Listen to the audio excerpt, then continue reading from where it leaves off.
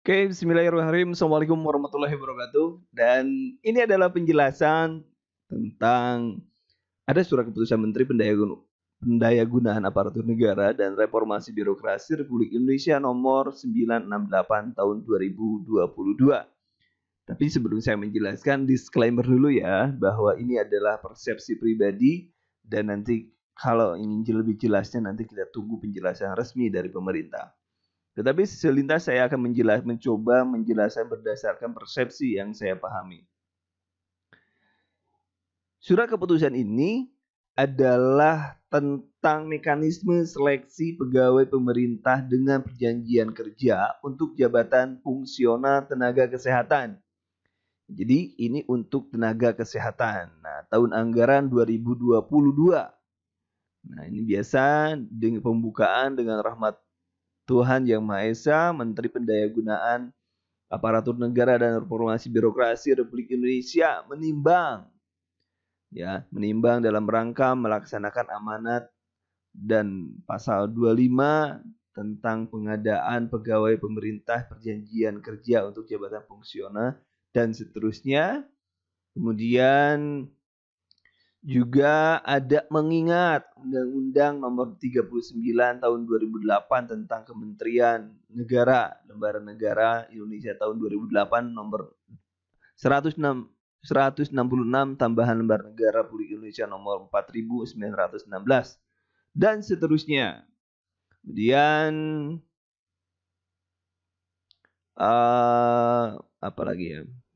Di bawah memperhatikan Surat Menteri Kesehatan nomor DG 101 garis miring Menkes 701 garis miring 2022 tanggal 3 Oktober 2022 perihal penyampaian usulan rekomendasi kebijakan P3K Jabatan Fungsional Kesehatan dari tenaga kesehatan non ASN pada instansi pusat dan daerah tahun 2022. Menetapkan keputusan Menteri Pendayagunaan Aparatur Negara dan Reformasi Birokrasi tentang mekanisme seleksi pegawai pemerintah dengan perjanjian kerja untuk jabatan fungsional tenaga kesehatan tahun anggaran 2022. Nah, ini penting nih. Jadi untuk nakes tahun 2022. Kemudian, nomor 1, pelamar yang dapat melamar sebagai pegawai pemerintah dengan perjanjian kerja pada jabatan fungsional tenaga kesehatan anggaran 2022 terdiri dari 1. Ex tenaga honorer kategori 2 yang terdapat dalam pangkalan data atau database pada Badan Kepegawaian Negara. Jadi kalau Anda sebagai tenaga honorer, maka Anda boleh ya, kalau sudah masuk ke pangkalan data boleh. Jadi atau ini ada kata-katanya di sini atau. Jadi tidak harus dua-duanya. Jadi karena karena ada kata atau. Atau tenaga kesehatan non aparatur sipil negara yang terdaftar di Sistem Informasi Sumber Daya Manusia Kesehatan SIDMK Kementerian Kesehatan. Jadi bisa satu saja.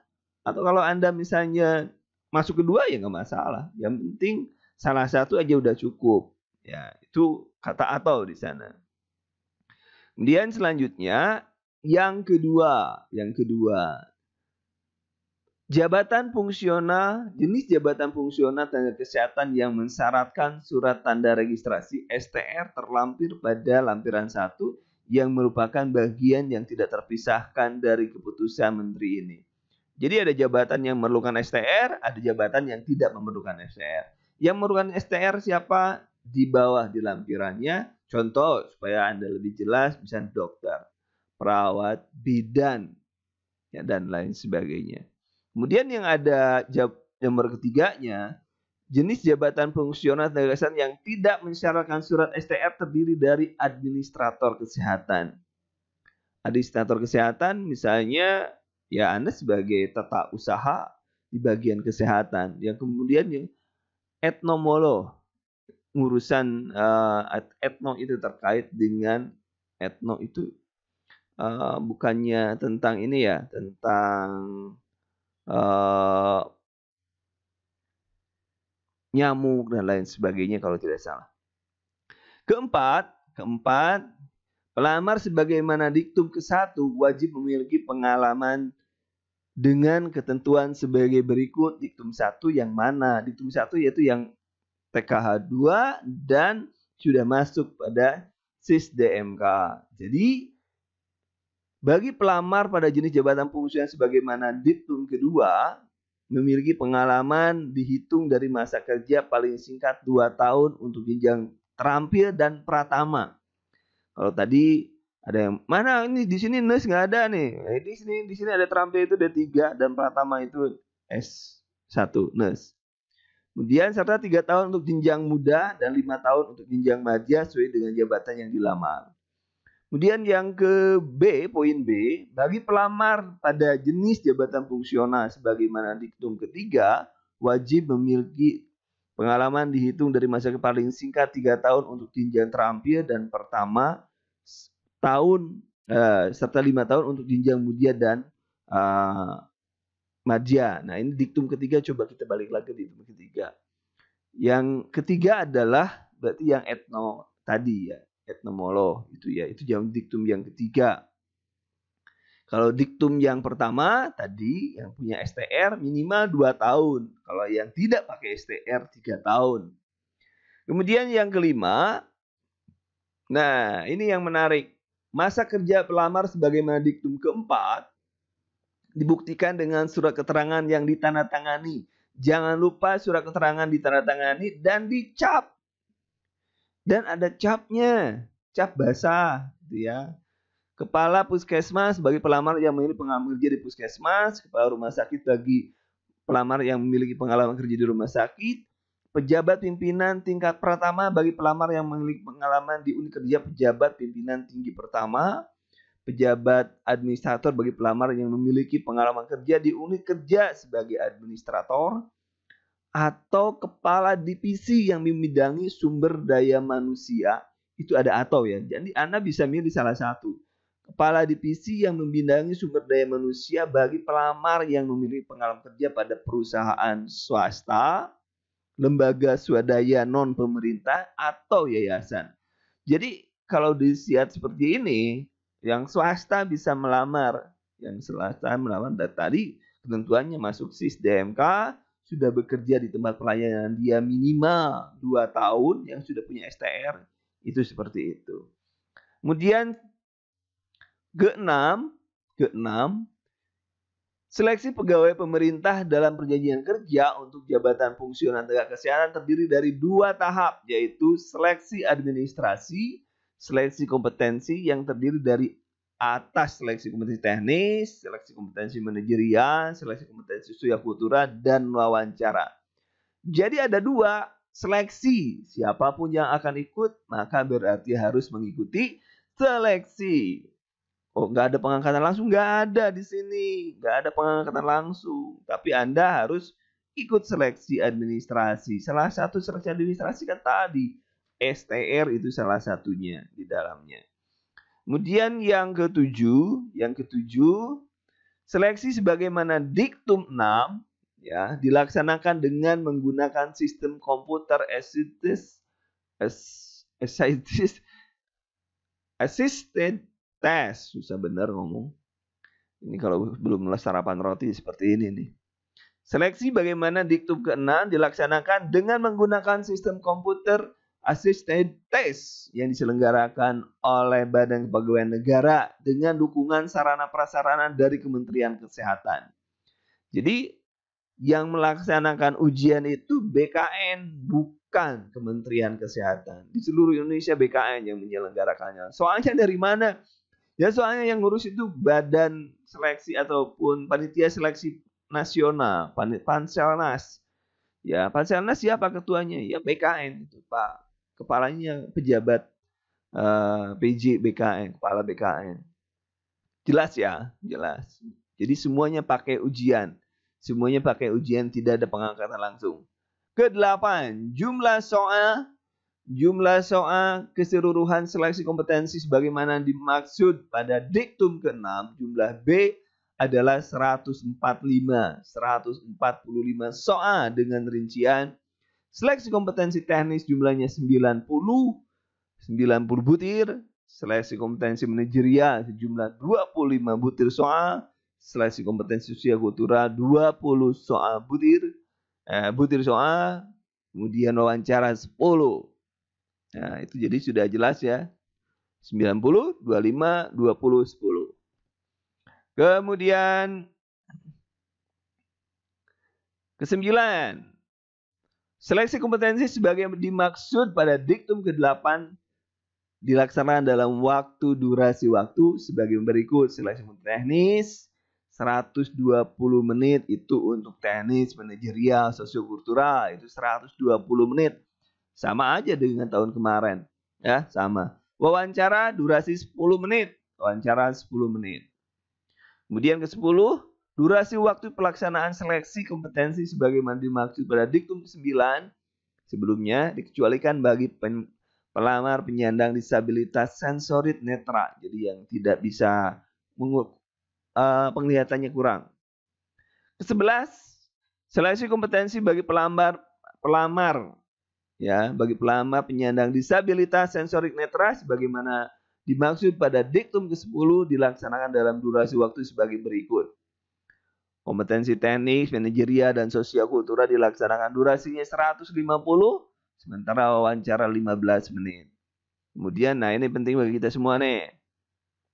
Ke-12, pembobotan nilai. Nah ini untuk materi soal seleksi kompetensi teknis, bobot jawaban benar 5 sama salah 0. Jadi, jawablah semua. Karena walaupun nembak, kesempatan mendapatkan nilai itu ada benar. Ada benar 20% gitu ya. 20% kalau 5 jawabannya. Jadi tidak boleh meninggalkan jawaban kosong. Kemudian untuk materi seleksi kompetensi manajerial, bobot jawaban paling rendah adalah 1 dan paling tinggi 4 serta tidak memiliki nilai jawaban 0. Isi semua juga untuk materi kompetensi manajerial. Sosiokultural juga untuk soal seleksi kompetensi sosiokultural paling rendah 1, nilai paling tinggi 5. Nah, serta tidak mendapatkan nilai 0. Jadi diisi semua. Teknis, manajerial, sosiokultural diisi.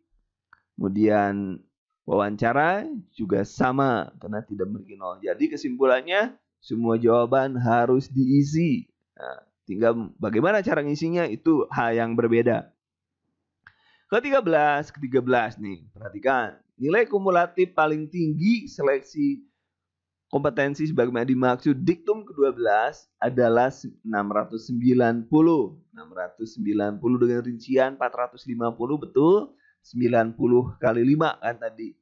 200 untuk kompetensi manajerial dan sosiokultural, tadi ada 4 dan ada 5. 200. Kemudian untuk wawancara 40. Nilai ambang batas nih yang menarik, nilai ambang batas nih. Selalu ditanyakan nilai ambang batas. Nilai ambang batas untuk seleksi kompetensi sebagaimana dimaksud diktum 6 huruf B yaitu nilai untuk seleksi kompetensi teknis bagi jabatan yang mensyaratkan surat tanda registrasi adalah 0. Artinya tidak ada ambang batas untuk kompetensi teknis yang mensyaratkan STR. Bebas aja. Tapi walaupun bebas, karena semuanya orang bebas, artinya semua orang akan masuk dan pasti berlaku siapa yang paling tinggi nilainya itu yang paling mendapatkan posisi. Kemudian yang B-nya, nilai untuk seleksi kompetensi teknis bagi jabatan yang tidak mensyaratkan surat tanda registrasi adalah 158. 158 ya. Kemudian kompetensi, nah ini yang seru. Nilai untuk seleksi kompetensi manajerial dan sosiokultural ada 130. 130 dari tadi 200. 130 dari 200. Berarti 65%. 65%. Wih, mantap. 65%. Nilai wawancara 24. 24 dari 40. 24 dari 40. Lebih dari setengahnya lagi. Jadi 60% lagi. Jadi Anda harus berapa yang saya dapatkan? Usahakan 85%. Itu gaya tuh. Mantap. Jadi kalau 85% itu artinya 383. Salah ya. Ya 380-an lah. Kemudian ke-15, kompetensi teknis bagi pelamar diberikan penambahan dengan ketentuan sebagai berikut. Nah, ini namanya afirmasi. Bagi disabilitas 10%. 10% kali 450, maksimal teknis kan 450 tuh. Berarti 45. Itu untuk yang disabilitas. Kemudian pelamar yang melamar pada fasilitas pelayanan kesehatan dengan kriteria terpencil dan sangat terpencil, tentunya sesuai dengan keputusan Menteri Kesehatan itu. Jadi kalau walaupun Anda terpencil di daerah terpencil, tapi masih di wilayah Jawa, itu bukan wilayah terpencil itu. Ya, di gunung misalnya, ya itu nggak ada urusan, itu bukan yang menentukan terpencil atau tidak terpencil adalah keputusan Menteri Kesehatan. Itu mendapatkan tambahan 35% atau 158. 158 lumayan. Kalau Anda benarnya 300 kemudian ditambah 158, artinya udah 448.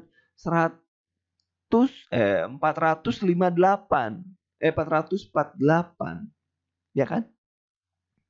Oke, Anda dapat 300 dibanding 8. Anda dapat balik lagi. Anda dapat 300 tuh kompetensi teknisnya. Kemudian Anda di daerah terpencil, Anda mendapatkan 158. Jadi 300 tambah 158 menjadi 458. Nah, itu tapi ingat maksimalnya 450. Jadi ada 18 yang dibuang. Yang ada yang dibuang segala ya. Ada yang dibuang tuh nilai. Jadi maksimalnya 450. Kemudian pelamar yang berusia 35 tahun, masa kerja paling singkat 3 tahun secara terus-menerus, serta melamar pada fasilitas kesehatan tempat bekerja saat ini sebagai non-aparatur sipil negara. Jadi teman-teman ini penting nih. 35 tahun, masa kerjanya 3 tahun minimal, terus menerus tidak pernah terputus sesuai dengan SK tentunya, harus dilampiri SK. Kemudian di fasilitas kesehatan tempat bekerja, Anda melamar di sini, misalkan bekerja di A, rumah sakit A. Kemudian Anda sudah 35 tahun, Anda melamar di sana, Anda baru mendapatkan 25% atau 113. 113 itu berapa ya? 113 itu berarti Anda dapat bonus 113 dibagi 115 deh. Berarti 53 soal tuh diberikan bonus. Dianggap benar tuh 53 soal. Ya kan, dianggap benar. Jadi kalau misalnya Anda daftarnya di rumah sakit lain, itu tidak dapat dong yang 25. Anda harus bekerja di tempat Anda sekarang. Yang blur gimana Pak?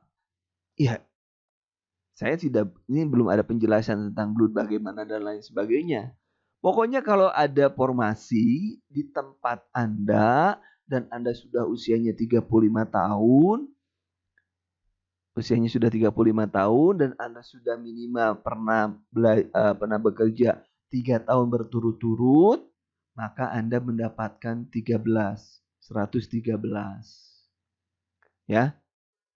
Kalau blue juga kalau memang ada tiba-tiba muncul misalnya ajuannya, ya kalau ada formasi ngelamar saja, apalagi itu di tempat sekarang Anda kerja. Kalau di luar itu tidak berlaku. Tidak berlaku dengan adanya obrolan seperti itu. Karena ada melamar di fasilitas kesehatan tempat bekerja saat ini. Nah, ini ada saat ini. Jadi kalau di luar itu nggak bisa. Semoga jelas. Pelamar yang melamar di fasilitas kesehatan tempat bekerja saat ini non-aparatur sipil negara mendapatkan tambahan nilai sebesar 15%. Kalau usianya itu kurang dari 35 tahun. Itu atau 68. Lumayan 68 itu berarti Anda dapat bonus 13 soal. 13 soal itu Anda sudah dapat sudah benar tuh dapat 13 soal. Berarti ya sisanya Anda harus bekerja, sisanya harus dapat yang tertinggi. Walaupun dapat afirmasi tapi tidak menjamin Anda bisa lolos. Kalau misalnya teman Anda mendapatkan yang afirmasinya paling tinggi dari nilai kompetensi teknis itu adalah sebesar 68%, tapi teman Anda misalnya ada yang dapat 380, oh itu lewat juga tuh, ada bonusnya dia. Itu artinya kompetensi manajerial itu, kompetensi teknis itu harus tinggi, harus tinggi. Kemudian pelamar yang sedang dan atau telah melaksanakan pengabdian berupa salah satu pelayanan kesehatan, ini sedang dan atau telah. Ini terputus boleh, ini kalau dia ini. Ini terputus boleh. Penugasan khusus, pegawai tidak tetap pusat, Nusantara Sehat berbasis sistem. Kemudian wajib kerja dokter spesialis, pemendayagunaan dokter spesialis, penambahan nilainya 5% atau 23. 23 kalau benar itu 5, berarti kan dapat lumayan, dapat 4 lebih, dapat 5. Lumayan. Ke-16, dalam hal pelamar mendapatkan tambahan nilai tersebut dimaksud diktum ke-15 secara kumulatif diberikan nilai kompetensi teknis tidak lebih dari nilai paling tinggi kompetensi teknis sebesar 100%. 100% itu 450. Jadi kalau Anda dapatnya 400, sementara Anda itu sebagai di wilayah luar, itu kan 158 tuh. Jadi Anda tuh maksimal, malah dapat sisa. Itu maksudnya. Kemudian ke-17, tata cara verifikasi penambahan nilai seleksi kompetensi teknis sebagaimana dimaksud diktum ke-5 disusun oleh Kementerian Kesehatan selaku instansi pembina jabatan fungsional tenaga kesehatan.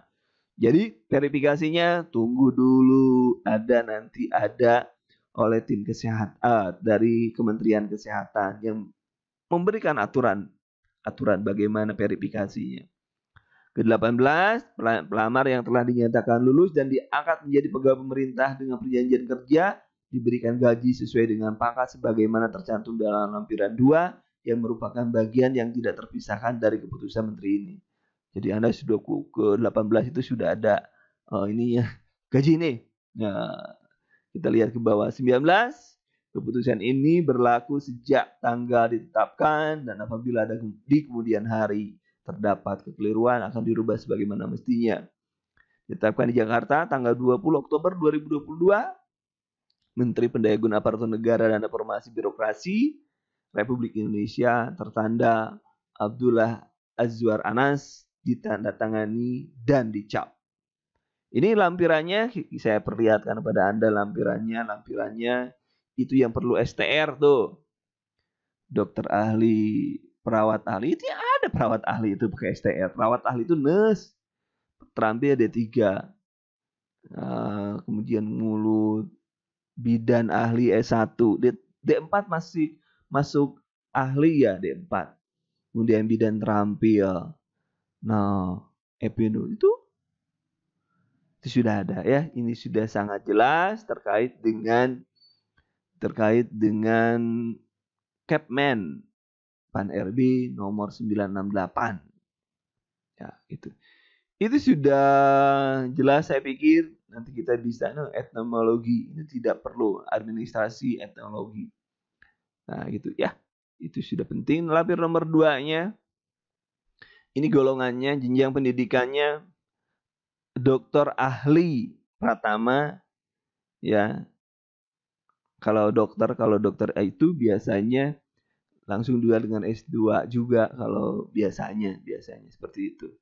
Perawat ahli pratama, jenjang jabatan perawat ini golongan gaji pegawai pemerintah dengan perjanjian kerja.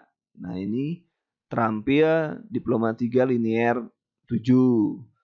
Ahli pratama magister linier 10. Berarti ada diantaranya ini gajinya, ini penggolongan gaji aja. Saya kurang paham untuk ini. Nanti ada penjelasan resmi, takut salah lah. Saya tidak akan menjelaskan itu yang di luar kemampuan saya. Oke, itu mungkin penjelasan untuk apa ya ini? Keputusan Menteri Pendaya Aparatur Negara Reformasi Birokrasi Republik Indonesia tahun 968 tahun 2002. Terima kasih. Assalamualaikum warahmatullahi wabarakatuh. Semoga bermanfaat.